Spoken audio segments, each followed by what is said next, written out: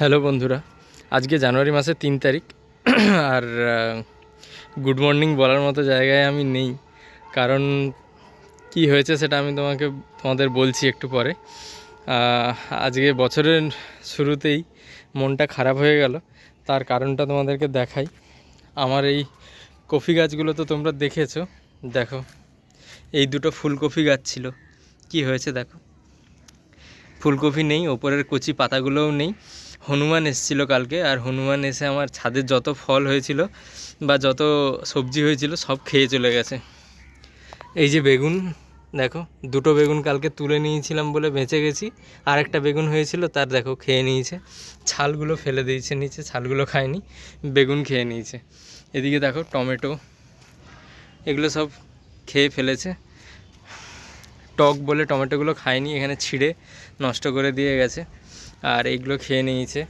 Even আমার নতুন একটা আম গাছ নিয়ে এসেছিলাম, সেটা এখনও ভিডিওতে দেখায়নি, সেই আম গাছেরও মুকুল একটা খেয়ে নিয়েছে, যা পেয়েছে সব খেয়েছে। আর বিশেষ কিছু ছিল না, এখানে সবেদা গাছে একটা সবেদা হয়েছিল, সবেদাটা নেই, সেটাও খেয়ে চিবিয়ে ফেলে দিয়েছে, কারণ সবেদাটা তো এখনও পাকেনি, তাই খেতে পারেনি। আর এইখানে একটা ওলকপি ছিল, ওলকপি নেই, ওলকপি কামড়ে হাফটা খেয়ে নিয়েছে। বাঁধাকপিগুলো জানি না ফল মানে কিছু ফল হয়েছে বলে দেখতে পাইনি, তাই মানে এটা ফল বলে বুঝতেই পারেনি, তাই খায়নি। আর বাকি যা ছিল দেখতেই পেলে, বেগুন, টমেটো, ফুলকপি সব খেয়ে নিয়েছে, তাই মনটা একটু খারাপ ছিল। যাই হোক, হনুমানদেরও দোষ নেই, এরাই পেছনের এই আম গাছ আর এই খিরিস গাছ থেকে লাফিয়ে চলে আসে।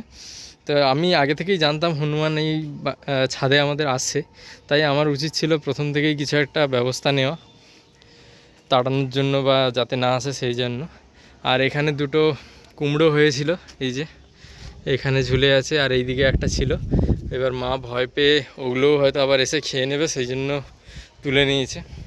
তো তোমরাও যদি ছাদ বাগান করো তো এনশিওর মানে এটা নিশ্চিন্ত করবে যাতে হনুমান কোনো দিক থেকে আসার মতো পজিশান না থাকে। আমিও সাইডে ভাবছি জাল দিয়ে দেবো যাতে হনুমান আর না আসতে পারে।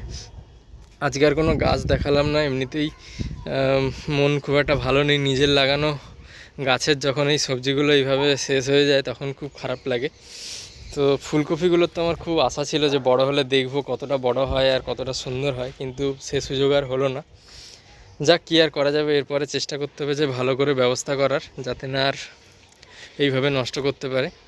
তো পরে কোনো একটা ভিডিওতে আবার কোনো একটা গাছ দেখাবো। আজকের মতো এটুকুই, টাটা, সবাই ভালো থেকো।